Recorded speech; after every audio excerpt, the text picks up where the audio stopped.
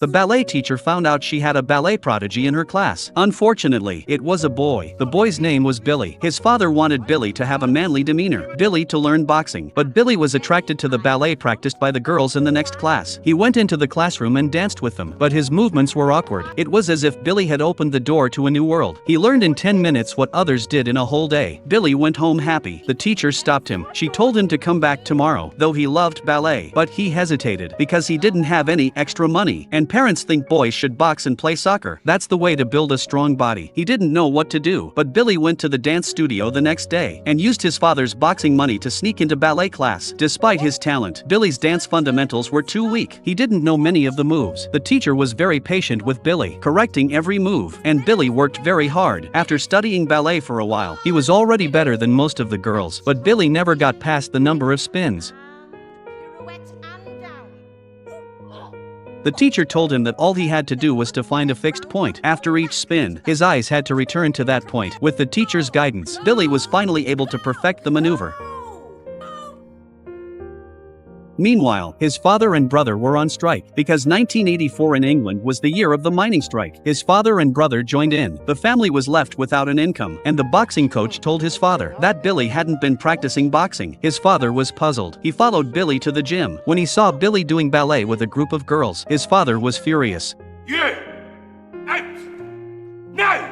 Billy had no choice but to leave with his father. At home, his father was furious that Billy had failed to live up to his expectations. He said that boys should be playing soccer or boxing instead of doing that sissy ballet. Billy explained that ballet could be as strong as an athlete, but his stubborn father wouldn't listen. In the face of his father's disapproval, Billy talked to his dance teacher. He wanted to give up ballet. The teacher suggested that Billy should go to the Royal Ballet Academy. If he could pass the exam, he could go on to become a professional dancer and leave this coal mining town behind. But Billy didn't have the confidence. For the next few days, Billy went to see his teacher every day for extra practice. Under his teacher's guidance, Billy's dance moves became more and more standardized. He became more and more skillful, and that made him more confident. The strike in the town was getting worse and worse. More and more armed police came to keep order. His brother took the risk to join in. It was out of fear for his brother's safety that he couldn't concentrate on practicing. The teacher reprimanded Billy without knowing what was going on. Billy ran straight back to the locker room. The teacher realized something was wrong with Billy. She tried to calm Billy down, but Billy was out of control. The teacher's slap woke Billy up.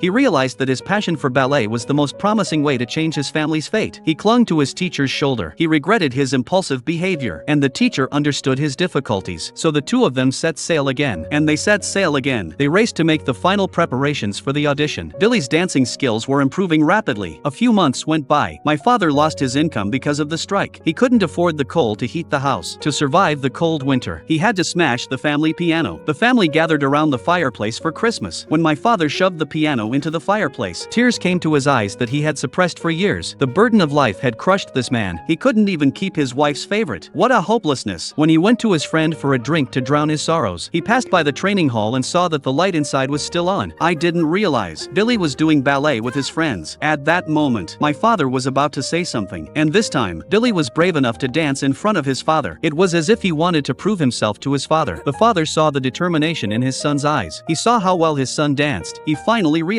his son's passion for ballet might really make him a great man. The father turned away, with tears in his eyes. The father wanted to do something for his son, so he ran to the teacher's house. How much is it gonna cost? And a happy Christmas to you too. Not as much as you might think. Maybe £2,000. Look, if it's just a matter of the trip to London, I'll give you the money for the fare. I didn't come here to be patronised. No one's trying to patronise you. You're being ridiculous. Thanks for everything you've done for Billy.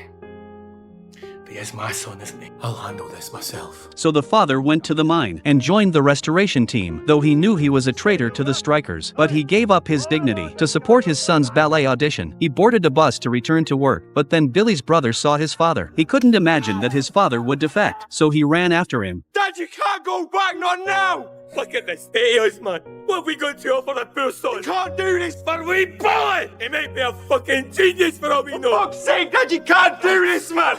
Dad, just a fucking little kid. Oh, funny, Dad, please. Let's give the boy a fucking chance. Dad, we'll find him some money. We'll find it for him. Billy's brother took out his own money, but it wasn't enough for a hotel room. The father took the jewelry he'd given his wife when they got married. He slowly made his way to the pawn shop. He had never touched them before, no matter how hard life was. But this time, for Billy's dream, he had to do it. He believed that if his wife were alive, she would have supported him. Billy followed his father on the bus to London. They arrived at the Royal Ballet Academy. Billy was stunned by the splendor of the decor. He'd never been to such a fancy place before. When they entered the examination room, Billy was very nervous. The music started. He was still frozen in place. When the examiner prompted him, Billy began his routine. He did what he thought was his best dance move, but this time, he was particularly stiff. He almost forgot the moves. The examiners all looked disappointed. Billy was feeling a little down in the dumps. It was time for the parents' interview. The examiner asked his father if he knew anything about ballet. The father said he was just a minor. He didn't know much about ballet. The examiner went on to say, they are looking for students who are very good at both dance and academics. They need the support of their parents. The father said he'd give everything he had to support his son's dream. At the end of the interview, the examiner suddenly stopped Billy. But once I get going, then I forget everything. I sort of disappear. I feel a change in my whole body. And like this fire in my body, just there. Flying like a bird. Like electricity. Have a safe journey home. Billy's family finally waited for the courier to arrive. They put the letter on the table. They waited for Billy to come home and open it himself. When they heard Billy's footsteps, the family pretended to be calm. They didn't want to put any pressure on Billy. Billy took the letter into his room. He opened the envelope, but there was no expression on his face. Outside the room, the family was already nervous. The father even broke out in a cold sweat. Billy didn't come out of the room. Father couldn't wait any longer. I got in. He opened the door. Father ran down the road as excited as a child. He wanted to show it off to the world. They went to Billy's mother's tombstone and told her the good news. Then they sat down in the field, enjoying the joys of father and son before they parted. Billy went to the gym to say goodbye to his teacher. He told Billy not to think about it and to go on with his life. Billy went home to say goodbye to his grandmother. Grandma hugged her little grandson, and even though she was sad to see her go, she pushed Billy away. She knew her grandson had made a name for himself. He couldn't stay with him anymore. At the departure station, his father held Billy in his arms and didn't say a word, but even 1,000 words couldn't express a father's love for his son. Billy's brother looked at his brother, whom he had seen since he was a child. As he was about to leave, he couldn't hide the excitement in his heart. More than 10 years had passed. Father and son took the tube to London. They were going to see Billy live for the first time, and by this time, Billy was already a principal dancer at the Royal Theatre. Billy knew that his family had arrived. He was ready to give them a great show, and in the audience, Billy hadn't even made it to the stage yet. The father was already in tears. That's how a father loves his son. When a man becomes a parent, he loses himself. He lives for his son and daughter. I salute all the parents in the world, and to all those who strive to follow their dreams.